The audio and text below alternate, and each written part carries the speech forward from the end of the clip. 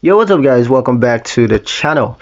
Do you want to build smarter financial habits? Empower helps you do just that. In today's video, I'm going to show you exactly how to use Empower to build financial habits. The first point is to set clear goals. You want to start by defining specific goals in Empower, like saving a set amount each month or reducing spendings in a category. Second point is to use automated alerts. Enable spending alerts and notifications, and Empower will remind you when you approach limits or when you reach milestones. The third point is to track progress daily. Check your daily or weekly dashboard to see how your spendings and savings align with your goals.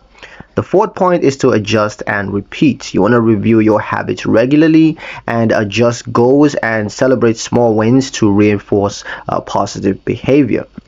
Consistency is key. Empower helps turn financial intentions into habits. And that's pretty much it for the video, guys. Hope you liked it. Hope you found the information here useful enough. If you did, like, share, and subscribe for more helpful tutorials. Thank you guys for watching, and I'll see you in the next one.